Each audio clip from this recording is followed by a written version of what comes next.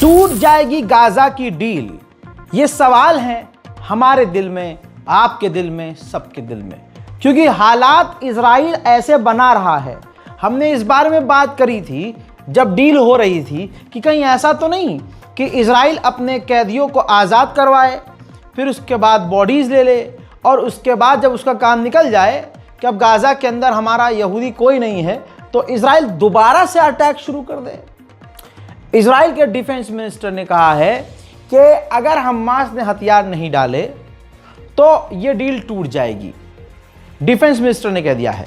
Defence minister ने यह भी अमेरिका से कह दिया है कि अगर हमास पीछे नहीं हटता है, हमास हमारी सारी लाशों को, मतलब ऐसा कैसे हो सकता है 2 साल तक इतनी बुरी कंडीशन में कोई लाश कैसे संभाल के रखेगा। इजराइल के ये हमले में जो इजरायली बेचारे मारे गए हैं, तो वो ख़तरनाक हमले में तो हमास के और गाज़ा के आम लोग भाई ऐसे हमले थे कि वो भाप बन के उड़ गए, लाशें कुत्ते नोच खा गए। तो भाई ऐसे में तो नामुमकिन है कि किसी की जो ऐसा बुरी तरह से मरा हो उसकी बॉडी लौटा दी जाए। हमास पहले बोल चुका है हम इतने कैपेबल नहीं हैं हम सारी लाशों को आपको दे दें, क्योंकि हमारी इतनी पावर नहीं है। और जिस कंडीशन में जो लोग मारे गए हैं वैसे वो 2 साल तक कैसे हमास संभाल के रखता। लेकिन अब इस चीज़ को बहाना बना रहा है इजराइल का डिफेंस मिनिस्टर। उसने डोनाल्ड ट्रंप से कह दिया है कि अगर हमारे तमाम मरे हुए की लाशें अगर हमास ने नहीं लौटाई तो जंग दोबारा शुरू होगी। ये बात अमेरिका को अच्छे से समझ में आ रही है कि इजराइल खेल कर रहा है। रिपोर्ट यह है कि अमेरिका के अधिकारी ट्रंप के ऑफिशियल्स इजराइल से कह रहे हैं, इजरायली ऑफिशियल से कह रहे हैं कि जो हमास है वो तमाम डील को मान रहा है, वो टक्कर पर नहीं आ रहा है, और हमास हमारी बातों को मान रहा है। और आप जो और लाशों की डिमांड कर रहे हो उनसे, हमास इतना कैपेबल नहीं है कि वो लाशों को ढूंढ सके, और ढूंढ भी रहे तो पता नहीं मिले या ना मिले, लाशें वेपराइज भी हो सकती हैं। तो ऑफिशियली तौर से अमेरिका खुद कह रहा है इजराइल से कि हमास तमाम लाशों को नहीं लौटा सकता, लिहाजा आप और लाशों की डिमांड करना बंद कर दीजिए। वहीं अमेरिका एक नया खेल खेल रहा है जो विदेश में, खाली जैसे पैदाइश फिलिस्तीन की है और वो कहीं और जाकर बस गए, ऐसे फिलिस्तीनियों को अमेरिका हायर कर रहा है, रिक्रूट कर रहा है, नौकरी देने की बात कर रहा है कि उनको बुलाया जाए और उनको जिम्मेदारी दी जाए जो गाज़ा और फिलिस्तीन के अंदर, फिलिस्तीन और गाज़ा को चलाने के लिए कोई संगठन बनाया जाए, तो उसमें जो फिलिस्तीनी ऐसे हैं जो विदेश रह रहे हैं उनको बुलाया जाए, उनको ओहदा दिया जाए और फिर वो गाज़ा चलाने में मदद करें। उधर बड़ी बात यह आई है, पाकिस्तान का रोल कूदा है बीच में। पाकिस्तान और इंडोनेशिया दोनों अपनी फौज गाज़ा के अंदर तैनात करने के लिए तैयार हो चुकी हैं और ट्रंप भी लगभग इस पर थम्स अप कर चुके हैं। उधर एक अच्छी खबर यह है, इस तस्वीर के सारांश से बता रहा हूं आपको कि तुर्की की टीम पहुंच चुकी है। यह ह्यूमैनिटेरियन टीम है।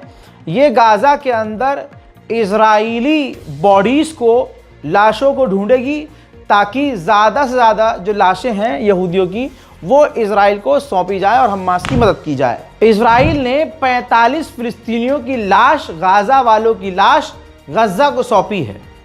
तस्वीर मेरे पीछे चल रही है, ये वही लाशें हैं जिन्हें इजराइल ने फिलिस्तीन को, गाज़ा को सौंपा है। अब मेन बात सुनिए, इन लाशों की हालत ऐसी है कि जब इन्हें फिलिस्तीन को सौंपा गया तो इन लाशों की, इन लोगों के हाथ रस्सी से पीछे बंधे हुए हैं और गला रस्सी से घोटा गया है।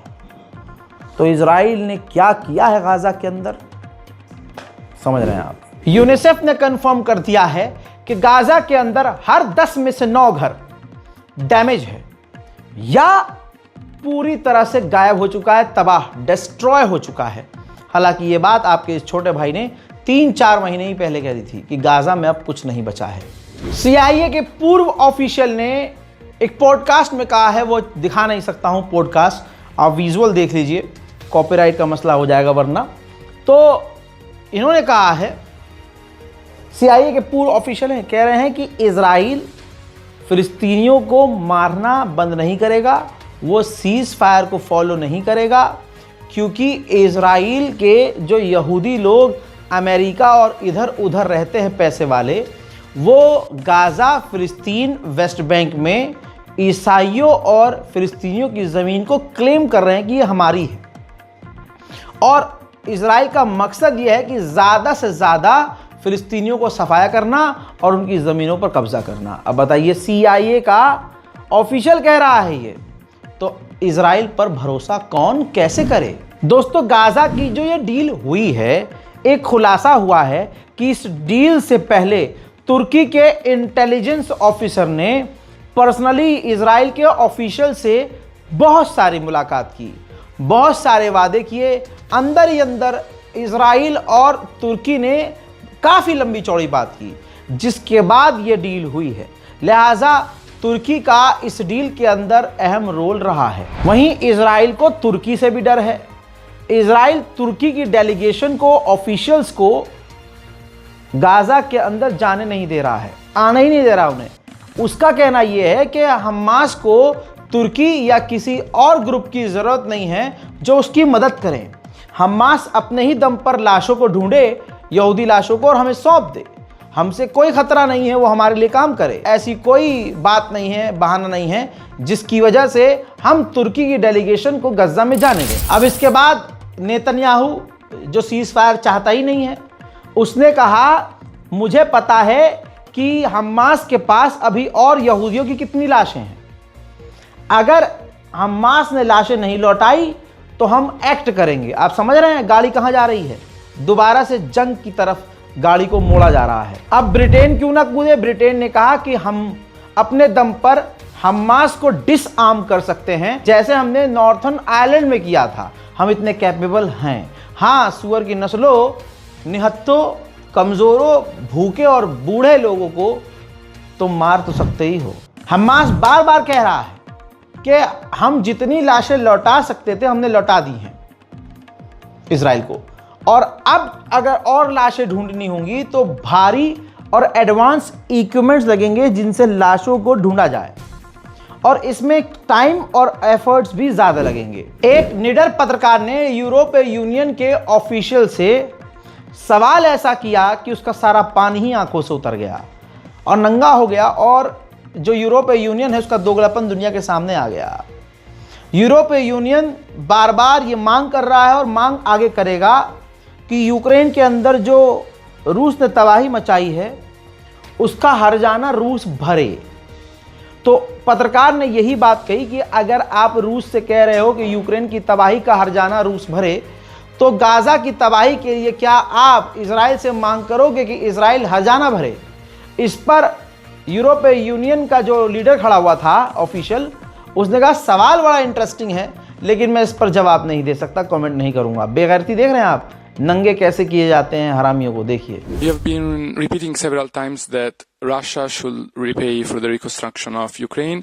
Do you believe Israel should repay for the reconstruction of Gaza, since they have destroyed almost all the strip and the civilian infrastructures? Thank you. Thank you, Gabriele. It's definitely an interesting question on which I would not have any comment at this stage. Hamas और फिलिस्तीनियों को भड़काने के लिए बेंजीवीर तमाम वो काम कर रहा है ताकि उधर से कुछ हो जाए। अब ये तस्वीर देखिए, इजराइल का कट्टरवादी नेता बेंजीवीर हजारों यहूदियों के साथ बैतुल मुकद्दस में घुस गया। मस्जिद अल अक्सा के अंदर ये रोज जा रहा है। इजराइल के इधर जो फाइनेंस मिनिस्टर है उसने और आग में घी डाला और कहा कि इजराइल के लोग फिलिस्तीन के वेस्ट बैंक में सेटल होंगे, सेटलमेंट करेंगे, वहाँ बसेंगे। इसके बिना कोई सिक्योरिटी की गारंटी नहीं मिलेगी। तो अमेरिका और दूसरे देशों को देखना चाहिए कि इजराइल के नेता, जो चंद नेता हैं, वो माहौल जानबूझकर खराब कर रहे हैं। सुनिए इसके जुमले।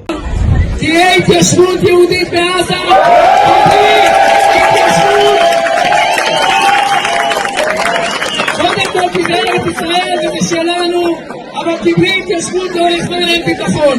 אז יש לנו סבלנות, אבל יש לנו נחישות ואמונה, ואנחנו בעזרת השם נמשיך את סדרת הניצחונות ואת הניסים הגדולים.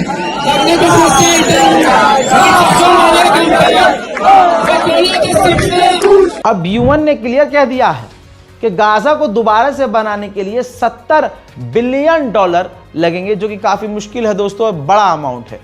फिलहाल इस अपडेट में इतना ही। इससे पहले देर रात को मैं आपको एक अपडेट दे चुका हूं, तो जाइए उसको भी देखिए और उसके बाद इसको देखने के बाद मेरा कमेंट में लिखिए। इंतज़ार कीजिए मेरे अगले अपडेट का। तब तक के लिए जय हिंद।